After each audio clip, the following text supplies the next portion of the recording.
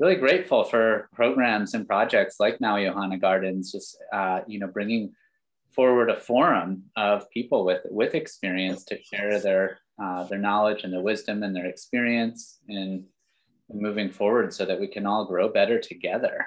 And what really inspires me as a grower has been this concept of holistic design, which is like this all-encompassing, including the whole ecosystem, which includes the physical environment and the human communities that are relating with it, and specifically around a multi-generational approach. So that's about creating something that really offers support systems and services for the landscape and for the community that can further harmony on planet Earth and further harmony in these islands here in Hawaii for generations to come. And right now I'm going to narrow down my conversation to focus more on home gardens specifically, and whether we're designing, or whether I'm looking to design an island or a nation or an entire planet or a home garden,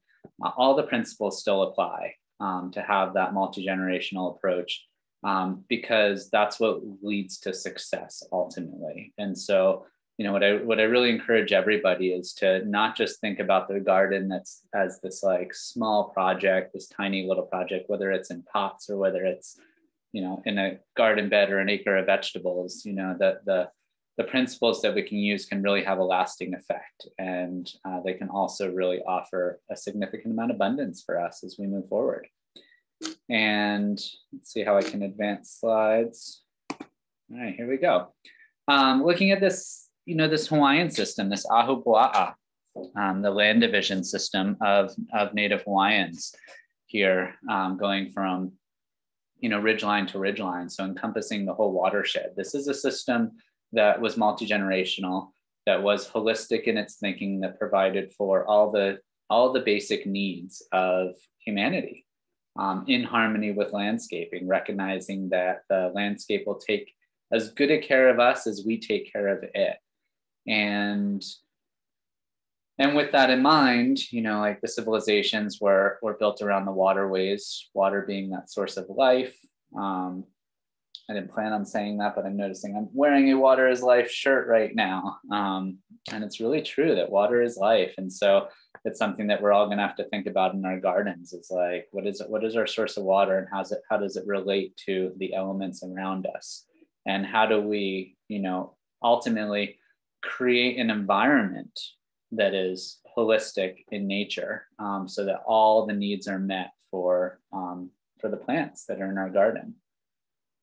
And at a foundation, there's this concept of integrated pest management, which Georgia asked me to speak to. And it's such an interesting concept, integrated pest management. I know when I was writing the book, Hawaii Home Gardens, the pest and disease chapter was the last chapter that I wrote.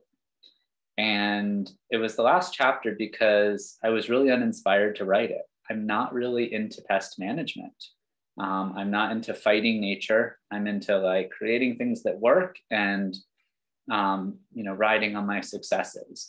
And so I shelved this chapter, and it kept being on the list of chapters I had to write. And it kept getting, like, oh, not this week, oh, not this week, not this week. And then finally I had written all the others, and it was like, oh, I got to deal with this chapter. And I was just like, so not excited and happy to, move forward with it.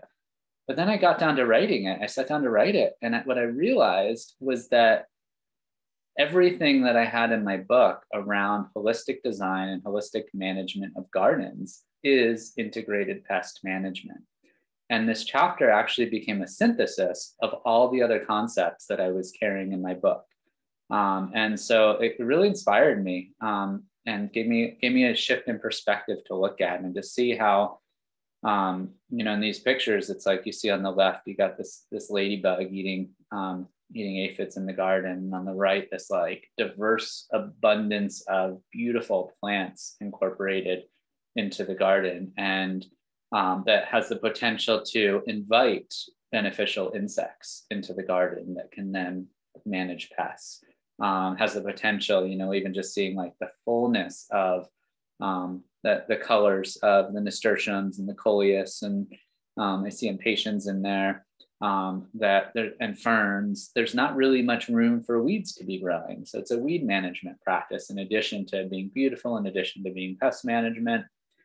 And so, everything I'm going to share today ties into this concept of integrated pest management, which is a really diversified system for managing pests and diseases within a garden landscape. And it really has to do with nurturing an environment for optimum health.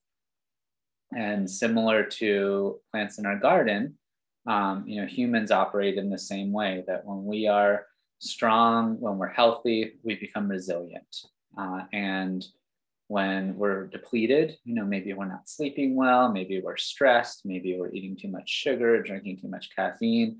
These are the times that our bodies have the ability to invite in sicknesses in a bigger way. So, so same with our plants, just really that encouraging of give them good rest, give them good food and nourishment, so they're not stressed, so that they can be at their optimum health.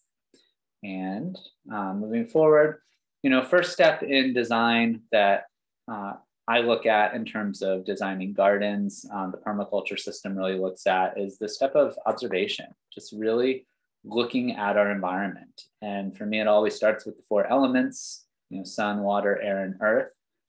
So showing up on any site, it's like looking around and saying, okay, where's east, where's west? How's the sun moving through the sky?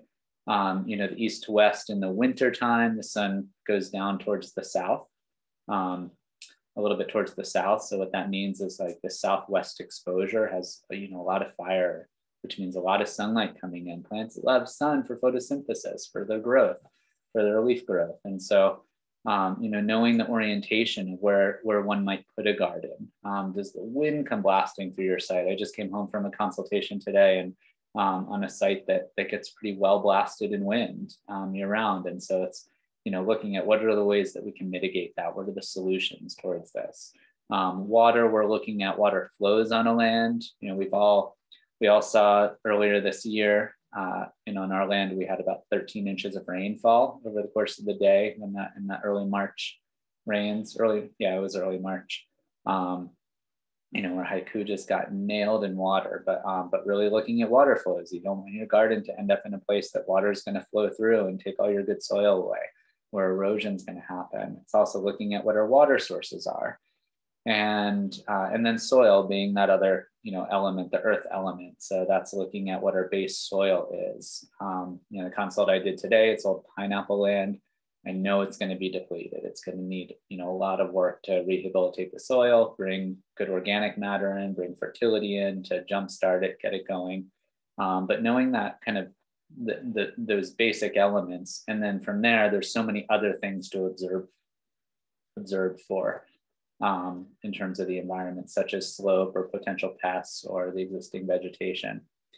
And all of these observations are what lead us to making good design decisions and moving forward, so that we can design something that's going to be long lasting and be productive.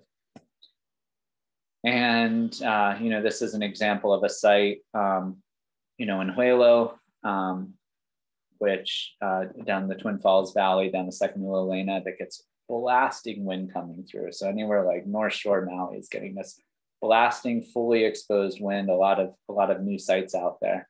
And so this was a situation we planted bamboo. This is obviously far away from where a vegetable garden would be if we're talking about vegetable gardens. This is actually right up next to the orchard. And some of you tuning into this class today are going to be interested in orchards, but this bamboo, about a 30-foot tall bamboo, to really create a block for the wind to slow it down so it can move through at a gentle pace, so the trees can thrive, the garden can thrive. Oftentimes I talk on our own land, where we have orchards and gardens, that, the start of our orchard is a good about 400 feet away from our fruit tree plantings, from our first fruit tree plantings. And that 400 feet away is where our first windbreak is. So that's obviously a larger scale. So if you're on a smaller site, some people, they might be in an apartment, they might be in 1,000 square foot a 10,000 square foot lot, a quarter acre lot. Some of you might be an acre, might be a couple acres, but it's looking at like, how do you nurture the right environment for your vegetable plants to grow, and utilizing the space that we have available to us. And not just saying, okay, our vegetable garden's right here, and so how do we create the environment right at our vegetable garden? So we can stretch our boundaries beyond that. And design is always site specific, depending on where we are and what we're doing. On the left here, we have, this is at Mahele Farm out in Hana. These are raised beds. This was not a uniquely rainy day for Hana, just another normal rainy day for Hana. And you can see where the rivers are or the lake beds are full is the pathways of this garden. But the beds themselves, where the scallions are, I see chard and kale and basil, some pole beans back in there, are all dry. These are, able to stay dry even with inundated rain. So this is, a good design for this type of climate to do raised beds. And on the right, this is actually a farm in Kula that's still a production farm. And you can see that it's very productive. A lot of food being grown here. And one thing that I've always noticed about this farm is how they have these rows that run downhill into the gulch. It's hard to really see how big of a hill this is, but it's a pretty steep hill. And because of its steepness, one thing that I know is happening here and has been happening for decades, this picture I probably took about 15, 20 years ago, is when it gets inundated with rain, when hard rains come down, the rain's hitting the soil and eroding off these beds and running down the pathways in between these plants down into the gulch. And so this farm is continuously losing its fertility, losing its topsoil year after year. And I've never met the farmer, never talked to them, but my assumption would be that a system like this requires some pretty heavy inputs of fertility continuously. And in addition to that, we're getting sediment deposition happening in the gulches, which is ultimately running downhill and out into the oceans, out into the reef. It's affecting the fisheries, affecting the whole environment. And so, when we talk about holistic design, we're concerned with the health and vitality of what we're growing.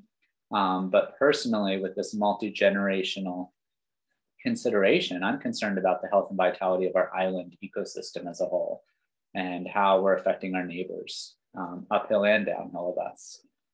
And hopefully you are too. And my guess is if you're tuning into this class, then you're already on board with that mission. And this is a little bit of an alternative. This is my farm up here in Olindo. We're just above Makawao town, just a few minutes above Makawao. And this hillside, it's hard to see from this picture, but it's probably about a similar slope, ultimately, to the last slide we just saw. And as an alternative, instead of running our rows down the hill, we're running on contour. And so what that means is for us is that the center of these two rows, this is back when we first started growing vegetables on the farm. This picture is maybe about 8 years ago or so. And when we started, there was a river that used to run down, through the center of these gardens. And we came in a couple years before we started planting vegetables and planted vetiver on the contours, which between these two sets of rows, one set of rows that's new, not planted at all, and the other set of rows that you can see is mostly planted. There's a row of vetiver in there, which is a really good soil stabilizing plant, one of the best erosion control plants known in the world. It has the tensile strength of steel and a root system that goes down about 10, 15 feet deep and can mine nutrients really well out of our clay soils and bring them back up to the surface. We can cut that vetiver back. We mulch our pathways with it, which you can see in the photo, or the set of beds on the right. The pathways are mulched with vetiver. So we're cycling those nutrients back uphill, but what we're also doing is we're slowing down water, the movement of water in our landscape. We're spreading it out and we're allowing it to sink down into the earth, which is an aquifer recharge. And when I say water, I am concerned about water. I'm concerned about water getting back into the earth.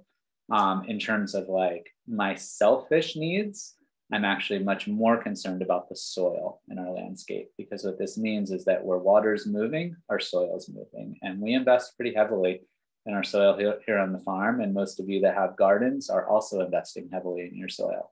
That's financially investing, physically investing, emotionally investing, and to have it washed away is not a very healthy thing for the land or us, or our plants, our precious plants that we're growing to create nourishing food for us.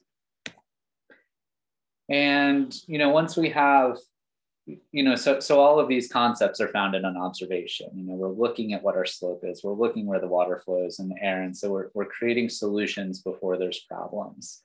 And then once we get going, and actually establishing our gardens with a foundation and the observation of the natural world, which is like really conscious observation, detailed observation, and really thoughtful action. The next step is to continue in that phase, continuously observe to see what problems there are. So on the left, these are beans growing in a raised bed. There's a little solar light there that you can see that collects the solar energy during the day. At the nighttime, that lights up. That's there because rose beetles are an issue for a lot of beans here in Hawaii. And so the rose beetles come in and they decimate the leaves at nighttime. And some people, they don't even know what's happening to their plants. They come out every day and they're like, what is on here? And they're looking around at the plants and they're not seeing, what's going on with it. And they have no idea, which is an encouragement to look at nighttime also. It's important to see your land in all phases of the day, in all seasons as well. So go out there year round, go out there at different times, go out there when it's dumping rain and see what's happening in your garden. Go out there when it's blasting wind. My favorite time to walk land is when we get those extreme rains, like that 13-inch rain that we had. It's so great to go out on the land and see, what's my land do when we get these extremes? Because the extremes keep coming. We're finding in this climate change world, they're coming more and more, and they're unpredictable when they show up. But through continued observation, you get out there, you see rose beetles are an issue. You can use a lot of different resources, whether it's Ohana Gardens Facebook page, come and ask a question, what's causing this? Or how do I deal with rose beetles? Or go to the Maui Master Gardener program, go to the College of Tropical Agriculture website, find information, books, whatever it is, to find the information on remediation of these problems. But lights are something that can deter the rose beetle from coming. It's a simple solution. On the right side, you can see there's row cover going over a bed of brassicas here in this photo. So this is like kale, cabbage, common vectors for, or common, what's the word I'm looking for? The cabbage moth commonly lays its eggs on brassicas that then hatch into these beautiful green caterpillars that happily walk around and munch back the plants. So using something like row cover can be something that can solve that problem and deal with that issue. That's, it's a low tech, it's low cost, it's low energy, and really functional. And so there's a lot of good solutions that these are, both kind of physical mechanisms to create solutions so that we're not having to spray chemicals and we can still get our crops really healthfully. But that continued observation, really important. There's a practice that for home gardeners out there that I recommend more than anything for success of a garden is to walk your garden every single day. And it can be 1 minute. Take 1 minute to walk around your garden every single day. You will get so in tune with what your plant's needs are, what your soil's needs are, what pest cycles are out there. It's amazing the things that you will see. For those on a larger scale, it's harder to do that in a 1 minute cycle. But if you can routinely be in that observation process on the day-to-day basis, it's invaluable in stopping problems before they're problems, which is a big concept in integrated pest management, is dealing with things when they're really small. Because once things get out of hand and they're too big, sometimes the only solution is actually to remove crops. So this is a list of methods of farming. Most probably are things that you guys have heard of: permaculture, organic farming, KNF, Korean natural farming, regenerative agriculture, biodynamics, traditional Hawaiian agriculture, and agroecology. They are, I would say, all branches on the same tree, and they all offer a plethora of beneficial practices towards having success in our growing environments. And they all also have a foundation in this concept of soil health equaling plant health. And as a farmer myself, I'm really inspired by soil. That inspiration came because I became a witness to how important soil health was in taking care of my plants. And so same thing as I was talking about earlier, the health and vitality of our plants up, it's going to become resistant to problems along the way. And there still are exceptions like the rose beetle or like the cabbage moth, certain pests that we have here in our Hawaiian environment that have been brought in over the years that there's no counterbalance for, there's no natural predator for some of the pests we have. And so that's when we have to come in and actually, create the solutions ourselves versus, having a good environment and good soil. And sometimes soil health looks like this. This is a pile of compost from Kihei Compost and a pile of mineral amendments. This was actually to start a 2-acre orchard. So this is a very large scale. If you're on a 1,000 square foot garden or even like 100 square foot garden bed, you still might do this, but it might be a pickup truckload of compost. And it might be, a couple bags of fertilizer to get started in your system. But this is about regeneration. And this land actually in this picture is old sugarcane land. So really depleted. It's about getting organic matter back into the soil. And it's about getting fertility back into the soil. As the years go by, what we want to be doing is adding less and less from off our site, from off our land. And we can do that through making really good compost. We can do that through, harvesting plant material and making compost out of it, using plant material from our land as mulch itself, using different nutrient cycling practices within our gardens, cover cropping are all on-site solutions that we can do towards raising the vibration of our soil to have healthier plants. And for all soil fertilization processes, I like to start with a soil analysis. So this is I use the lab A&L Labs West, which is based in California and Oregon. I send away a couple cups of soil from my gardens. I do this once a year to know where my soil is at, so that when I do my feeding of minerals, my mineralization, I can do it prescriptively. And I recommend it. I recommend it as an annual process or a biannual process if it's a really small system.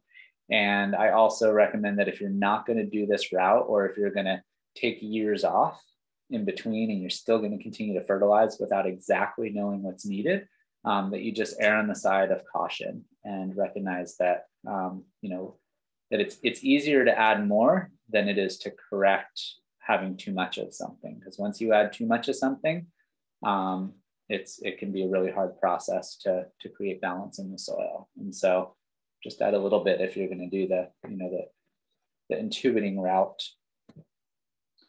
And another step that relates to IPM, integrated pest management, is having locally adapted seeds. So this is a picture of the website for the Hawaii Seed Growers Network, which I'm a part of. I grow seed for.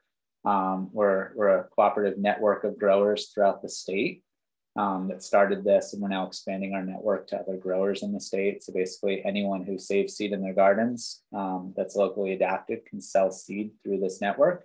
But these are all seeds that have been grown out at least a few generations in Hawaii, that have created an adaptation to our unique environment here in Hawaii, which is our unique soil conditions and climate conditions, our unique pest structures.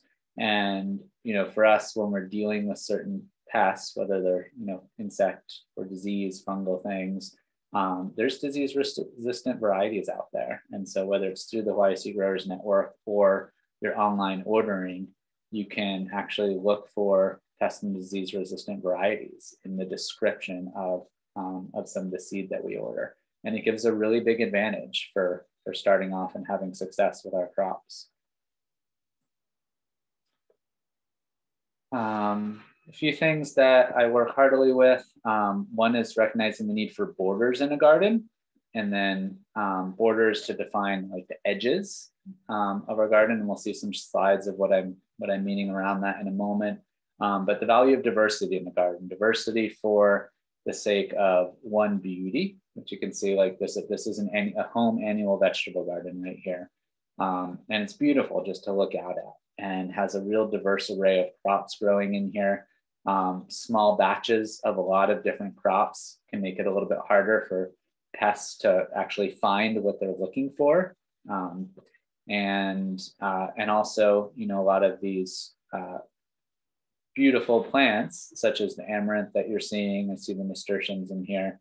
I see lemongrass in the distance, which have a very aromatic nature to them. They attract beneficial insects to the garden.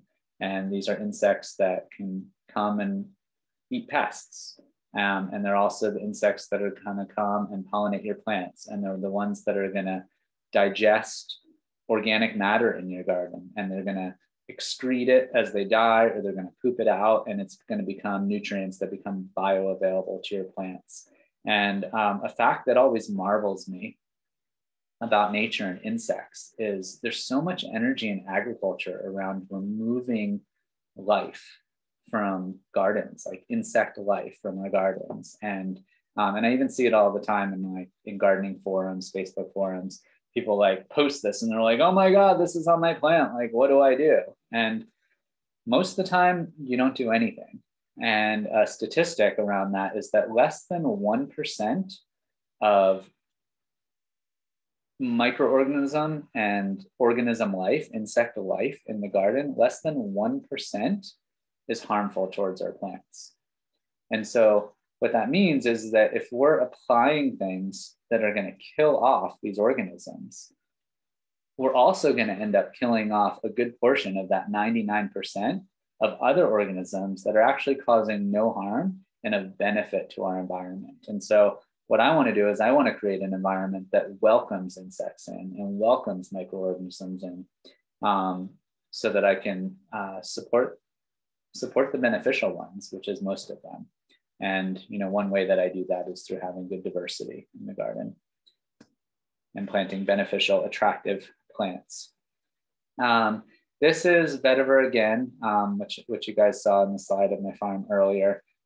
This is a border planting of vetiver. So what you see is the green is the vetiver there. On the other side of the green, which you can kind of see on the left side, a little puka, a little window to the other side of the vetiver, that you can see grass growing. And that grass growing on the other side is a grass lawn. It's mowed. And what the vetiver offers is this edge that defines one area of management from another area of management. So on the other side of the vetiver is this grass lawn. It's mowed, maybe it's weed eated sometimes. But that grass lawn doesn't have the ability to walk into the vegetable garden, because that vetiver just creates this wall and says like, hey, like we're here protecting this garden. What that vetiver also can do, because it can get up to be 6 feet tall, which means you don't necessarily want it. You kind of need a lot of space if you're going to use vetiver, because it can't or keep it really small like this photo, because it can canopy into the garden a little bit. But it can also, as I mentioned, bioaccumulate nutrients. So mine nutrients from the soil, bring it up. Here it is mulched on a vegetable bed that's about to get planted with vegetables. So this is moisture retention. This is weed suppression. And it's a slow release fertilizer as well, because it's going to break down and compost in place. And then it's also a windbreak.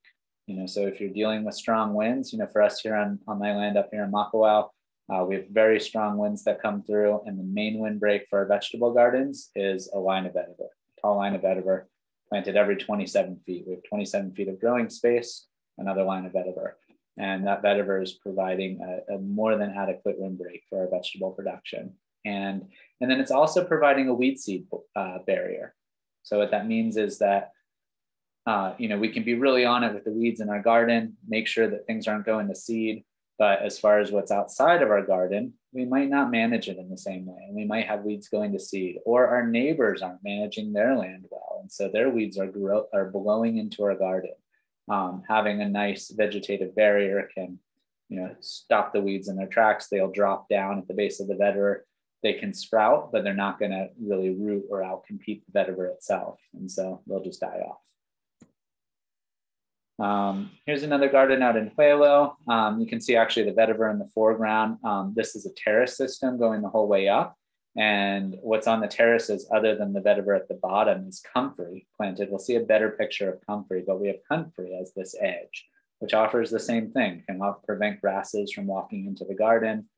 And it's also a bioaccumulator, mining nutrients from the soil. There's more nitrogen in comfrey than in horse manure, which is, to me, was always a shocking fact until I realized that it doesn't weigh that much. And that statistic, I think, is by weight. So that means like the weight of horse manure and like comfrey, to equal like this much horse manure, or a 5-gallon bucket of horse manure, you need a lot of comfrey to match that weight. But still really rich in nutrients, really breaks down quick, great mulch source, great uses for compost, and a great border plant. Other borders that we could use is this, plastic edging. Pacific Pipe sells this. Simplot might also here in Maui. And there's other different kinds of plastic edging that can be used. This is actually over at the hospital, a garden created some years ago. Can create really beautiful edges because they're very round. You can weed right up to them or mow right up to the edge, and really, defines the edge. Also gets a little bit of a raise. You can even stack them and go a little bit higher. You get twice this height. This, I think, is about 5 inches tall. So you get it, do 2 of them or 3 of them with some stakes. Get a higher edge in there. And I'm not sure. I guess maybe talking about diversity. This is that same garden that was in the other picture, just a different angle of it. But I can see eggplant in here. I can see beans. I can see kale. I can see chard. I see basil. I see lettuce. One thing I notice about this garden is how the space is filled, which offers a really good weed management strategy. If there's no space for weeds to grow, the weeds aren't going to grow. Obviously, with us here in the tropics, we have this ebb and flow of harvest, so what that means is like this lettuce, like half of it could get harvested and then I have to turn over the bed and replant it. There's that phase that things are going to be really young. Mainland climates, they do this in the spring and then they harvest for the rest of the year and maybe do like, 2 or 3 cycles of plantings. But for the most part, they're staying pretty vegetative until winter comes and kills everything off, including the weeds. A little harder for us in the weed cycle here in the tropics.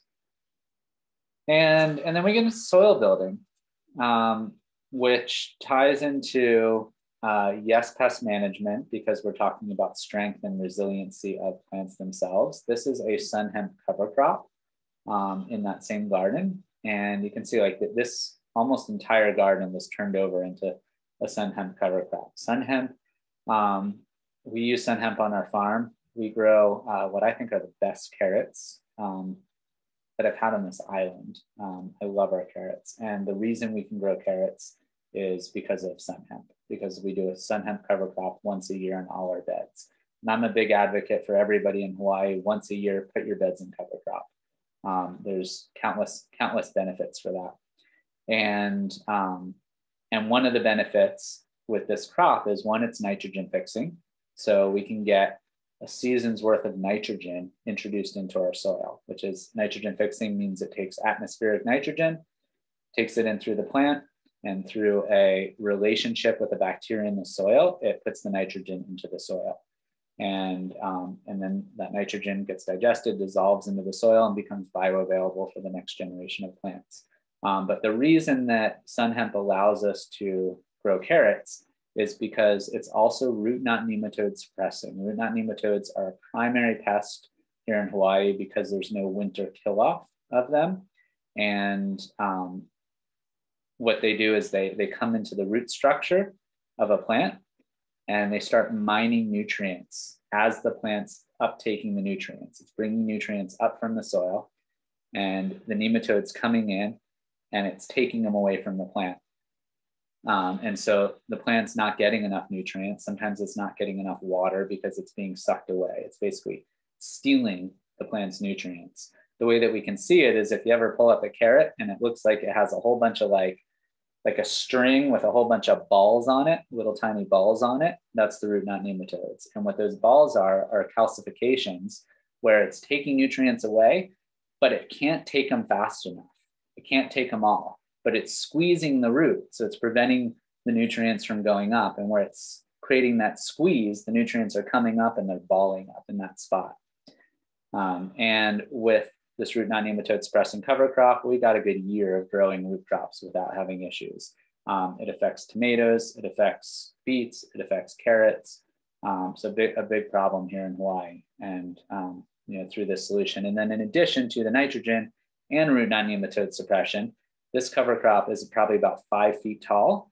This is excessive organic matter going into our garden, and we want excessive organic matter because in organic farming in the tropics, organic matter is depleting so quick. By putting an infusion of organic matter like this, we are creating a feast for beneficial microbes and funguses and algae and protozoa, things that live and die in our soil and feed our plants. And so doing amazing work. This is a soybean cover crop. With this cover crop also, what's happening is it's restarting the weed cycle. So there might be weed seeds. There are weed seeds in these beds, but because we're growing this cover crop and we're growing it into canopy, the entire bed it's outcompeting the weeds. They grow really fast and they canopy really fast. And so weed seeds sprouting in the understory of this soybean forest, sprouting and dying. So we're resetting that weed cycle, which is really valuable. You can see that thickness in the soybeans. Soybeans, not nematode suppressing, but it is nitrogen fixing. It is an abundant source of organic matter. It's a shorter cycle than the sun hemp, so beneficial in that way. And this is us integrating our cover crop. This is integrating the soybean cover crop. So all I've done, you can see the comfrey around the edge of this garden, even just past the comfrey in the top of this photo, you can see some guinea grass growing. So that's just being mowed down. But for the most part, the comfrey is keeping that at bay. And yeah, so we come, home garden setting, even in my farm, we do this. I have 2.5 acres of vegetables, and we still do the same process the same way, which is just we take our arms and we push the cover crop down and squash it down onto the bed. And now it's mulching onto the bed, all this organic matter dying off. This is doing it with sun hemp, same thing, just pushing it down. You can see the comfrey edge here again. So that's that comfrey edge, real nice and vibrant. And then if you have a nice comfrey edge, cut it back. Take all that comfrey, that nutrient-rich, high nitrogen, organic matter material, cut it back and put it on top of the sun hemp right there. In this garden, I use seaweed. There used to be these great seaweed blooms here in Maui. It's changed in the past about 8 years or so. Not as much seaweed comes in, but we used to be able to get a lot more. But if you do go to beaches that there's seaweed, it's a great resource for our gardens. I use it unwashed because I value the salt minerals. If you're in Kihei, Lahaina, drier areas of the island, you might consider rinsing it. And, but anyway, took seaweed, piled it on. What organic matter do you have? This is horse manure. Piled it on top of there. Could be compost like from Kihei compost. Put that on top of it. So some layer of soil-like organic matter to top the whole thing off. And what's happening here, you can see these layers. I can see the cover crop in here. I can see the comfrey in here. I can see the seaweed in here. What happens with organic matter is if we just cut a leaf or break a leaf off a plant and we set it out in the sun, it's going to dry out. It's going to desiccate. 95% of what makes up that plant exists for free, exists in the air already. It's nitrogen, hydrogen, oxygen, carbon. So what happens when we put that leaf out in the sun is it bakes and it dries out, and 95% of its nutrients evaporate into the air. What's left is 5% mineral content. So what that means is if we just put the cover crop down and we mulch, or we mulch with plant material, whatever dries out is mostly going to go off into the air. But what I find is that if we seal it, if we put something like a manure or a compost on top of that, and we seal that organic matter, bury it underground in our beds, it's kind of like a hugelkultur effect a little bit. We're probably not getting 100% absorption of nutrients, but we are probably getting something in the realm of about 80% absorption of the nutrients, which is that carbon, hydrogen, nitrogen, oxygen, which 95% of what makes up a plant. These are things we want available, bioavailable in our soil. So that topping off really helps on that. You can see here, this is that garden. It's in a soybean cover crop. Here it is after it's been incorporated. You know, cover crop was pushed down, comfrey was cut back, seaweed was added. This is compost put on top of it, sealed. And this is that other garden we saw earlier, same process. This is post that giant sun hemp cover crop going on. So like that reset of the garden. And going back a little bit, you can see this whole garden's not done in this way. This was actually my old home garden for many years in Haiku.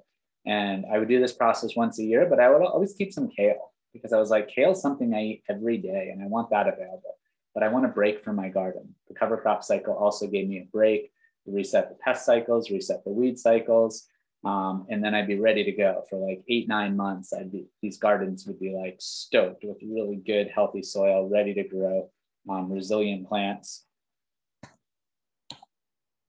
This is a Sudan grass cover crop, gets about 6 feet tall, really good source of organic matter, good source of nutrients, also nematode suppressing, just another option.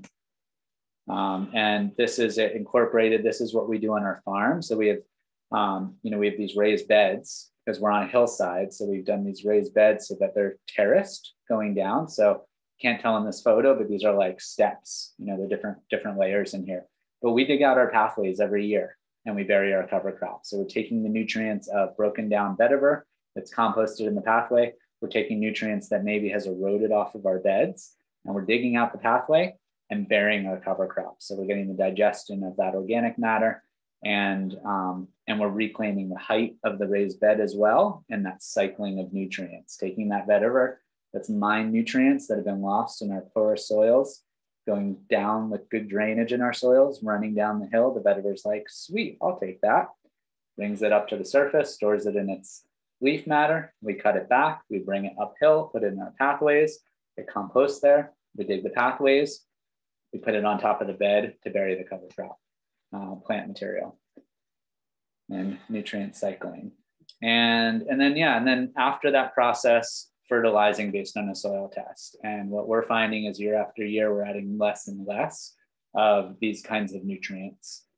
First year, it's a big addition. And then after that, because of the nutrient cycling, because of the use of the cover cropping, because of the use of compost, really good compost, which we won't get into too much today, then we get to add less of this purchase stuff that's flowing halfway across the world. Some of this comes from not very great sourcing, such as feather meal. This is looking at like hen houses on the East Coast where you got like 10,000 birds under a metal roof, and they're not all very good cycles. And some of the other stuff, like dolomite lime, it's mining minerals from the earth, and these are finite resources.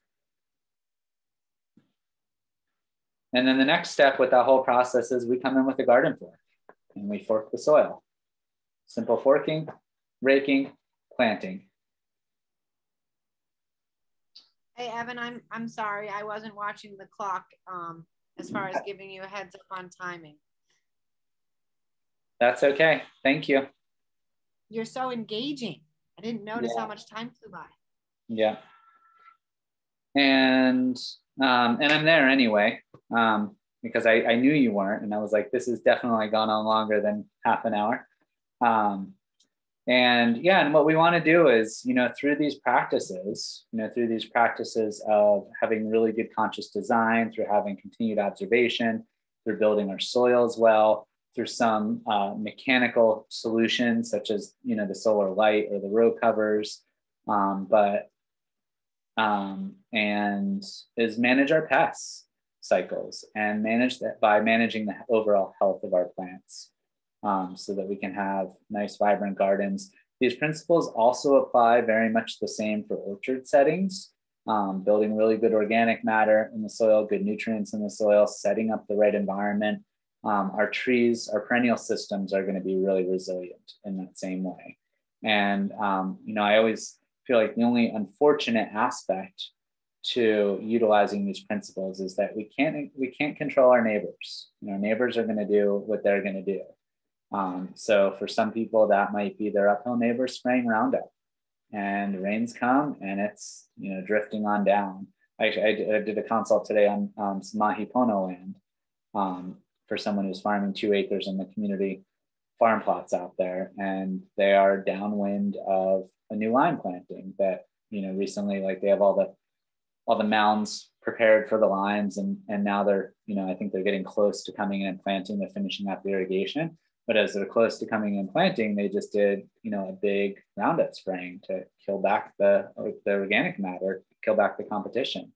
And to be downwind of that, broad acreage spraying isn't the best thing for that organic farmer. To think about one being in the field as a human, but then also for, his plant cycles once he really gets growing.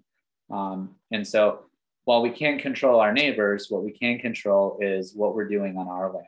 And so stretching that to our edges and our borders and seeing how we can create a really functional ecosystem that's going to support the life of what it is we're growing. And then ultimately, like one of the reasons that I share so freely and so readily is because while I can't control my neighbors, I can encourage my neighbors. And you all, in this class right now are, you're my neighbors. And so by all of us continuously, like up leveling the state of our environment, the holistic care of the land that we are caring for, it's gonna be supportive of us all.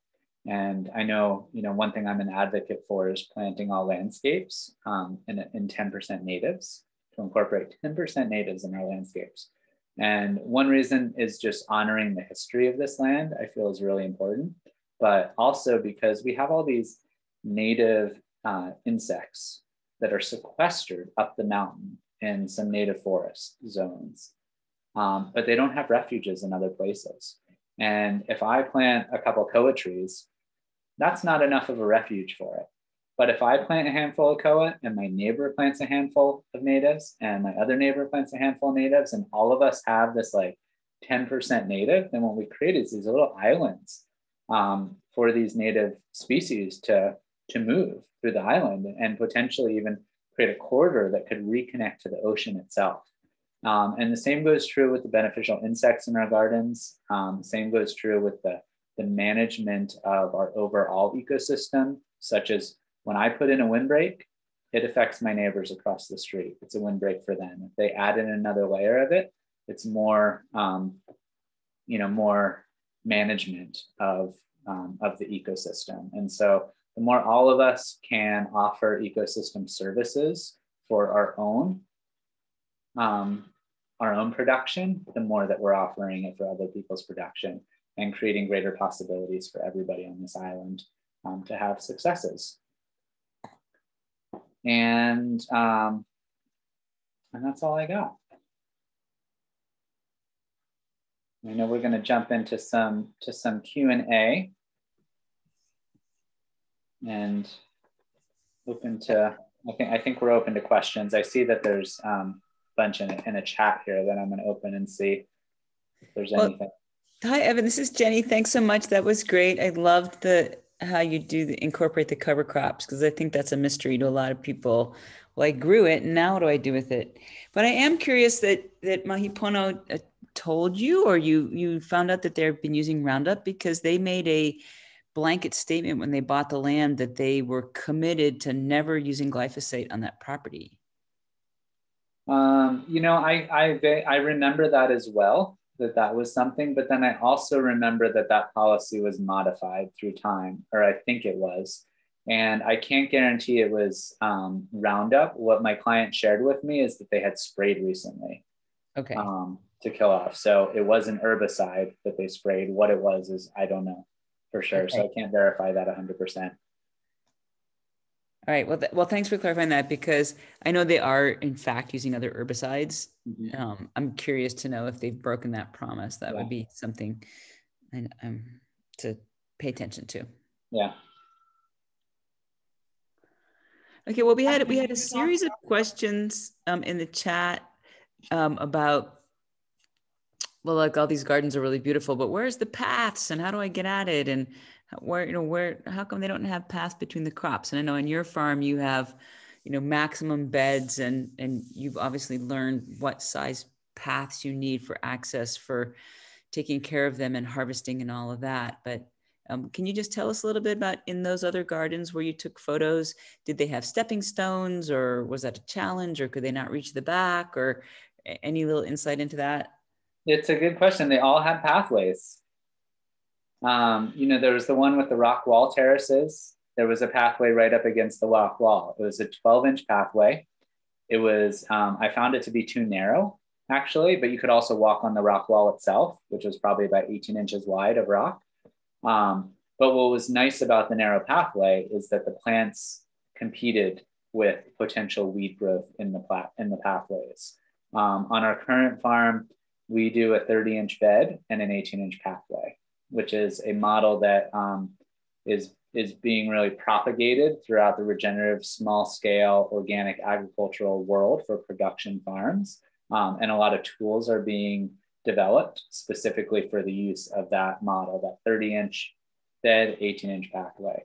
Paths are definitely important. I'm thinking about that rectangular garden. I could go back even and let's see if we can shift back in here. Yeah, so here, right along this line of flowers, I don't know if you guys can see my arrow at home, but along this line of flowers where the impatiens are growing out of a rock wall and ferns are, but there's a pathway right there.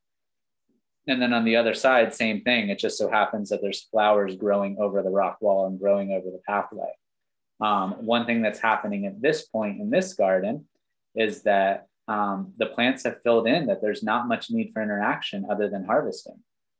Like soil's been built, it's been planted, and now it's just a harvest mode that's taking place. But there's not a lot of weeding happening because there's not open space for weeds to grow even. And there was that weed seed cycle reset.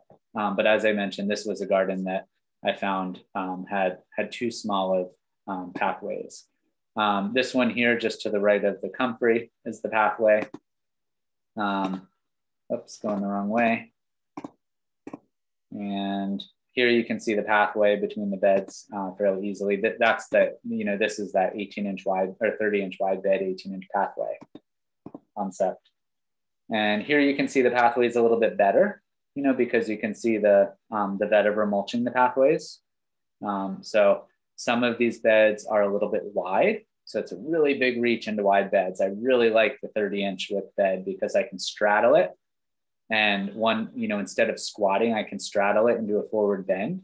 And, just by leaning over with a nice straight back, good ergonomic body use, can weed or plant in that way. I can, from either side, if I am squatting, I can weed the other side. I can plant on the other side because 30 inches isn't very long. Most of my older gardens and farm stuff was these like 48-inch beds, and to get into the center of them was really hard. It was a lot of work and hard on the body, but I was young and not paying attention basically. And now as I'm getting older, I'm paying more attention to having things that are really functional.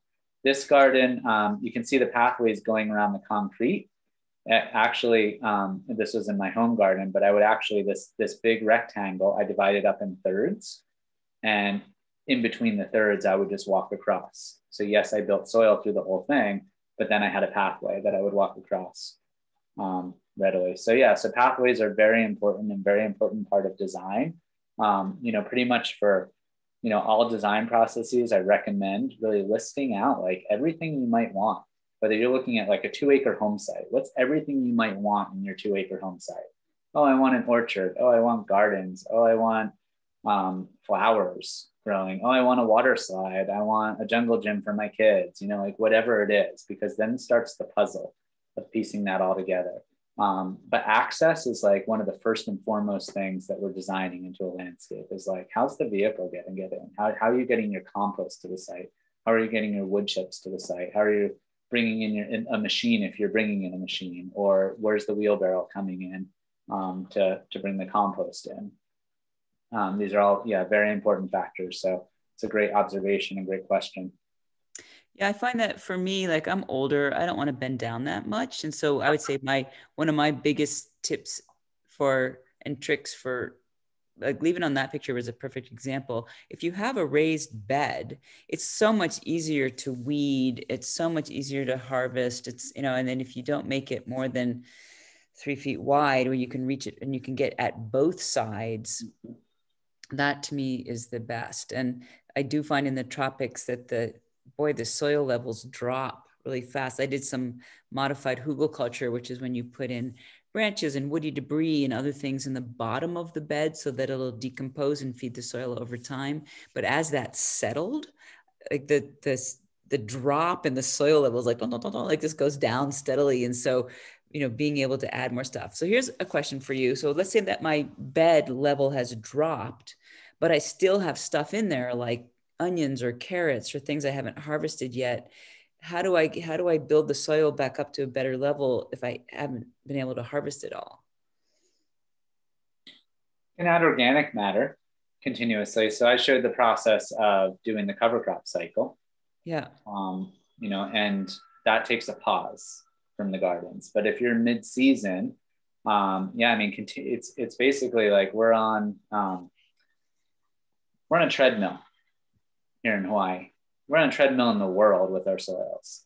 But here in Hawaii, where we have this year-round growing conditions, the year-round life of bacteria and fungus in the soil, breaking down organic matter. So what that means is the more organic matter you put in your gardens, the more you're feeding microbes and the more they're reproducing. And so it's like, hooray, we're getting more microbes in our soil, beneficial microbes in our soil. But what's also happening is they're continuously eating themselves out of a home. And that's that lowering of the soil. And so here, maybe it's actually like saying a treadmill. Yeah, let's say it's a treadmill on a hill, like if we just sit on it, if it's a little bit at an angle, like we're going backwards, we're going down. So we got to keep running to go back up. And then it's going backwards and keep running to go back up. That running is the addition of organic matter. And if you're not going to take a big pause in your soil, which I really recommend a big pause, that once a year cycle of that pause, but it's continuous adding compost, could be wood chips if you use wood chips in your garden. Those are the main ways, is to add organic matter in there, because otherwise, yes, you're going to lose your soil. It's going to go backwards. And I tend to, have sections in my gardens that are perennial zones and annual zones. And in the perennial zones, I'm putting things on similar timelines together so that they can have similar management practices. And so if that's perennials, it's like, okay, I'm going to keep adding compost and I'm going to keep mulching. And if it's annuals, I'm going to eventually harvest them all out and I'm going to do my annual cover crop soil building cycle. Can I ask a question, Evan? Bethany's wondering if you can reiterate your preferred soil analysis lab and why those are your preferences. I go through A&L Labs West, and the reason that I do is many years ago, I discovered that Peaceful Valley Farm and Garden Supply, which is in Grass Valley, California, which is a great resource, I would say, to go and just peruse their website. You don't need to buy anything from them. Most of what you could get through them, you could get here on island, or a lot of, the majority of.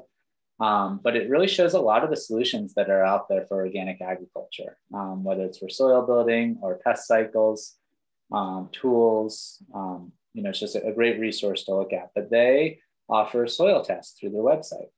And if you get their soil tests through their website, they also give you a digital format of a booklet to read your soil test that simplifies so much the soil science needed to understand a soil test. And if we'll go back, let's see, I'm going to get to that soil analysis, which is back at the beginning. There we go. So if we look at this thing, we can come on here and we can see like, okay, we're very low to low of nitrogen, and we're very low to low of phosphorus. And potassium, same thing. We have really high magnesium. For a layman to define what it is they need to add their soil to bring their nitrogen into a level that's acceptable is pretty challenging. And even this one actually has recommendations down here. So 30 pounds of nitrogen, it's saying to add per acre. Right in here, this is pounds per acre. So it's saying add 30 pounds of nitrogen. It's like, well, what kind of nitrogen? There's so many different kinds of nitrogen out there. This booklet is, you just go through it and in like 15 minutes, you can like see what your nitrogen is, see what your pH is, see what your carbon exchange capacity is, and it will define for you a fertility plan per 100 square feet or per acre, either way. And so it's a great resource going through Peaceful Valley Farm and Garden Supply. Peaceful Valley Farm and Garden Supply uses A&L Labs West as their laboratory. So this booklet was created using that lab. And what I found with soil testing is all the methods of testing are different depending on the lab. And so what that means is I can send my soil test to 3 different labs and I can get 3 different results because they test differently. And what's going to be more important is the year after year analysis of looking at what's going on in your soil and prescribed feeding based on that. And so whatever lab you choose the same lab year after year. As I said, like you can go to Peaceful Valley Farm and Garden Supply, groworganic.com is their website. You can do a year of testing through them, get their booklet, and then you can keep going to them or go through A&L Labs West. But it's a really great one for laymen who don't really understand soil science that much to define how to prescriptively feed their soil. And as far as like taking a soil sample, the directions are follow the directions. Every lab is going to very specifically define what it is you need to do to take your soil sample. Generally, it's like you want to go down about 6 inches in your soil and take a sample. What you're looking for is an average of your land. And so for us, being on, we have 2.5 acres in vegetable production. I'm breaking my soil samples up into blocks. So I'm not taking a soil sample for the full 2.5 acres because they're all in different cycles of feeding. So I'm breaking it up into blocks. And what I'm looking for is an average. So if I have a block that I'm taking a sample from, I'll dig about 10 different soil samples, mix them all up really well together, take 2 cups of that and send that off to the lab. And then our orchards, we're testing differently because we're treating that soil differently. So anywhere that you're treating your soil differently, meaning you're adding different nutrients to it, whether that's in the form of mineralization or compost or wood chips, if you're doing different practices, then you want separate soil samples to guide your path. And Miss Katie wanted to chime in and ask a question. Hi, thanks, Georgia. Good to see you, Evan, for one thing, and a few of my buddies on here. Mm-hmm. Hey, it's been too long. First, I want to thank you for the details about the cover cropping. I know I should know by now, but that was really clear, the step by step by step. I feel inspired. And I have a question about, you talked about windbreaks in the beginning, and you had that tall bamboo picture. And I was wondering if there's sort of a formula for measuring, depending on the kind of full height of the plant when it's full grown, if it will be too close to your garden or not, and to know in the summer versus the winter, should I go out with a big long bamboo pole or something and see where the shade falls, or is there a more scientific way to do that? And should there be no shade in the garden at all? Mm-hmm. I guess it depends what you're growing partly, but. Yeah, good question. There's a lot of considerations in there. So the concern is, one, shading, the potential to shade a garden from your windbreak itself. Mm-hmm. And as a general principle, you definitely want to be overcautious to not create too much competition. And you also want to evaluate that at different times of the year. Because right now, here we are coming close to the summer solstice, where the sun is tracking directly overhead, east to west, on the solstice. It's going directly overhead. At the winter solstice, it's tracking to the south. So it's a completely different sun orientation. So if you base it on your observation today, it's going to be different 6 months from now. A pretty cool thing that I learned along the way is that the full moon closest to the summer solstice, the path that it moves overnight is the same path that the sun is going to move at the winter solstice. and vice versa. The path that the full moon moves at the winter solstice is the path that the sun's going to move at the summer solstice. So it offers you an observation to actually. I don't have to wait 6 months. Yes, you don't have to wait 6 months. You can get out there and you just have to sacrifice some sleep. Spend a night sleeping outside and keep getting up and looking. But overall, yeah, it's something you want to be very cautious about. I wouldn't want to plant anything too high next to my vegetable garden because of a shade factor. And so there's no rule of thumb on that. It's observation. That's the scientific process, is to observe and see, like what actually happens when the sun moves through the sky. A way that you can do that before something's planted, I've often used PVC poles, but you can use bamboo if you have that available to you. PVC is really nice. I could put a fence post in the ground. If you have a T-post or something and tie it to that, get a 20-foot piece of bamboo or piece of bamboo or a piece of PVC pipe, stick it up in the air and, see the effects of that shade wise. One thing to note too is that, bamboo, because it was brought up as an example, has a really high content of silica in it, which actually will really suppress growth. And so oftentimes in the lee of a bamboo hedge, the leaves are going to drop and they're going to suppress growth. And so it could be a good 15-foot dead zone that nothing really wants to grow there. Silica is actually really good for breaking up clay soils once it's digested, well composted, not in excessive quantities. But oftentimes with bamboo hedges, it can be a little problematic for growing too close. Yeah. So for an environment like yours, Katie, or anyone who has more broad acreage, planting these, these windbreaks, taller windbreaks, much further away from your plantings can be really effective. And closer to your plantings might be things like vetiver, which does canopy a little bit, but doesn't need more than 4 or 5 feet or so from the center of the plant. It might fill in 5 feet of space, but otherwise, it's gonna create a great windbreak. And a general rule of thumb too is the height of the windbreak multiplied by 10 is the length of the windbreak support it's going to offer. So what that means is if you have a 10-foot tall windbreak, that means, when the wind comes through there or over there, it's going to triangulate downward. And when it gets to 10 times 10, 100 feet later, that wind's going to be at full speed again, full blast. And so redundancy of windbreaks is great, because then if you have, for us, it's that vetiver we have every 27 feet. Vetiver will get up to about 6 feet tall. So that could offer 60 feet of windbreak. But, 30 feet later, 27 feet later is another row of vetiver. So it's like the wind's riding, doing these waves, riding up above the vegetables so that it's not a big issue for our vegetable production. Right.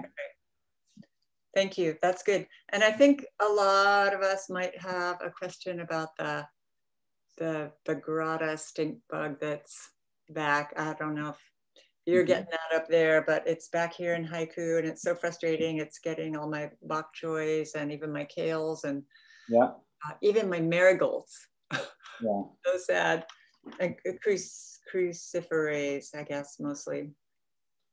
Yeah, the Bagrata bug falls into a long line of introduced pests that have come up in the past 30 years, recently, but the Bagrata bug's only a few years old in Hawaii, that there's no natural counterbalance for.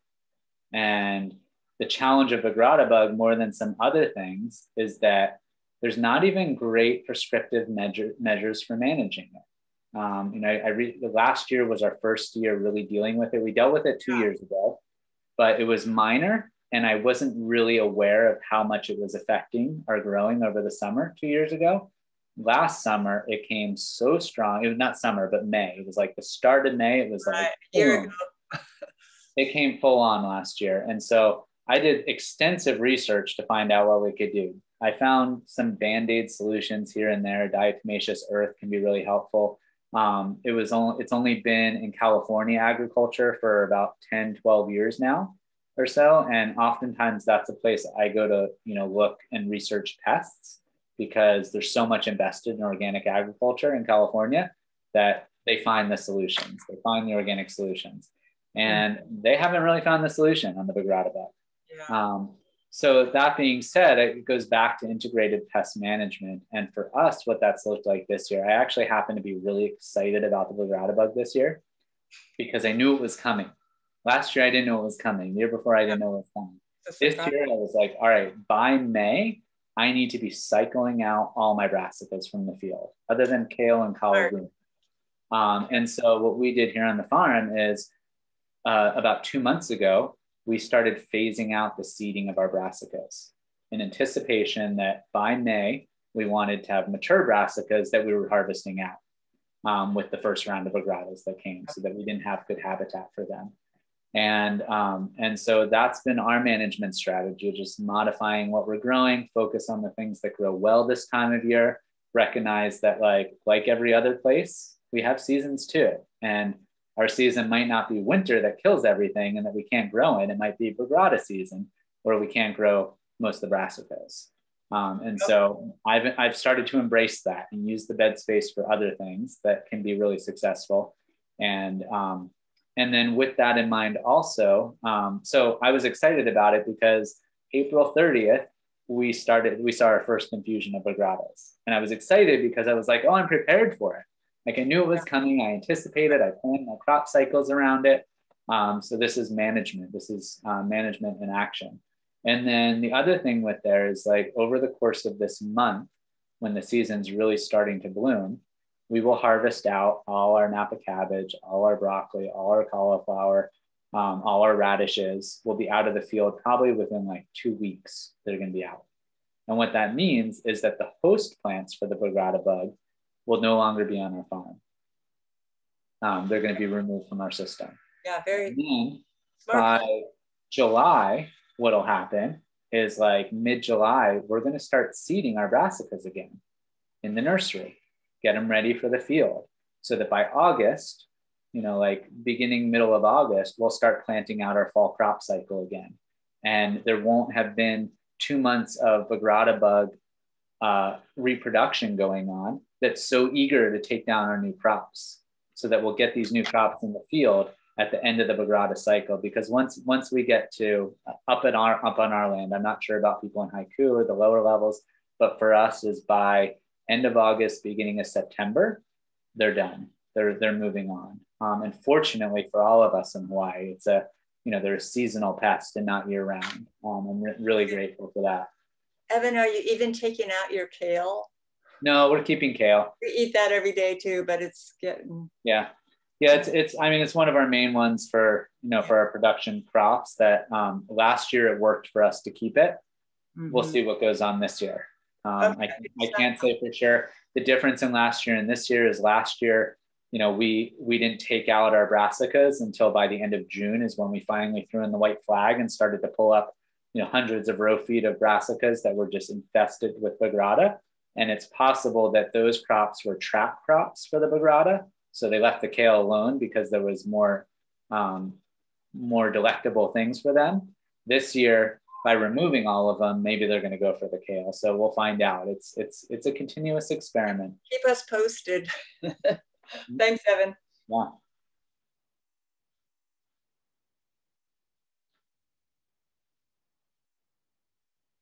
I have one more quick question. It really has a lot to do with the same thing with the brassicas. I find that if I just even think about planting brassicas, the little cabbage moth flies through the garden.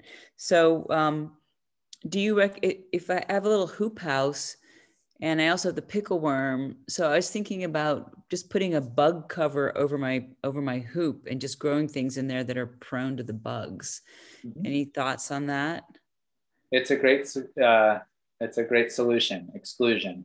If they can't get in, they can't lay their eggs on the crops, they can't eat. So totally acceptable and a great solution. And even that picture I showed earlier, it was, row cover, that was remade row cover. It could just be screen netting, like we, right. Let's see if I find it. Oh, it was earlier, I think. So I'm not going to find it right now. But we use these little wire hoops. It's just a piece of wire. stuck in the ground, bent over the bed, pushed down, and then boom, put your row cover on, staple it in so things don't crawl in, and yeah, it works great for a lot of pests. And that's very low tech. Or like you're doing, you know, have a bigger structure. Right. And then there's just plenty of other things that will pollinate them, right? You don't have to worry about them getting pollinated. Obviously, people grow greenhouses full of stuff and the doors are shut, right? And most of the things that we are, you know, that they like, we're not pollinating, we're not needing pollination around. These are like leafy vegetables, or, you know, the flower, like, right. So we're not even letting them flower. A lot of them won't go to flower. Kale's not going to go to flower here. Even broccoli is the flower before the flower even opens that we're harvesting. Right. Okay, great. Mm-hmm. Yeah, there's nothing more sad than having a whole vine loaded with cucumbers and then you realize they all have pickle worm on them. Yeah. Which also goes back to resistant varieties too. You can find resistant varieties. We have actually it's not in stock right now, but I have them in the field. They'll be there soon. But in the Hawaii Sea Growers Network, we have the Costa cucumber, which is a cucumber I brought back from Costa Rica that was growing in the rainforest there, like serious rainforest, like 300 inches of rain a year rainforest. And this cucumber was doing great, and you know, no powdery mildew, no pests getting it. So I was like, it's got to work here. And so I brought it back. It's done great in Hawaii. And so, you know, so finding resistant varieties. And right now there's a lot of development through hybridization happening. So, which is a natural process of plant breeding that they're finding a lot of really good resistance. And so I've seen even just in the past handful of years, more and more farmers having success with cucumbers, more and more farmers having success with zucchinis, field grown because of these resistant varieties out there. Right. Well, that's great. I like the locally adapted seeds that are really good for where you live. Yeah. Okay. Any other questions from our group for Evan?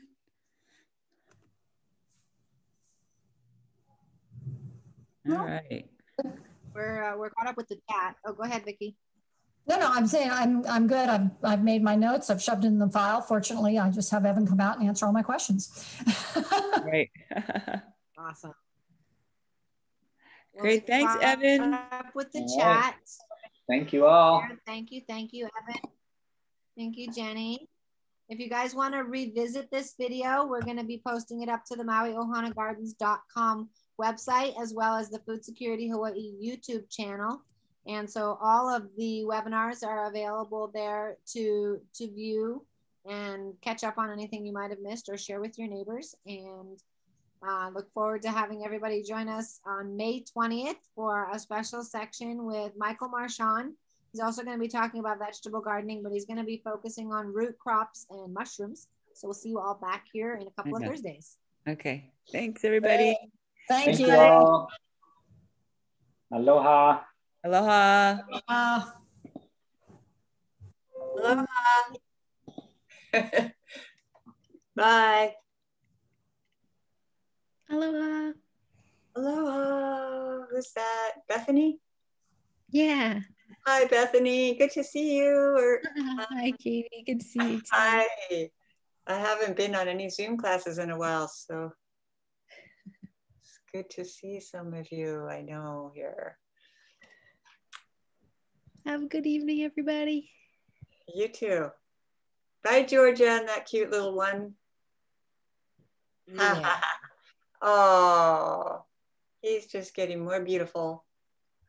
It's good to see your pics on Facebook. Thank you. Good night. Good night. Sweet dreams.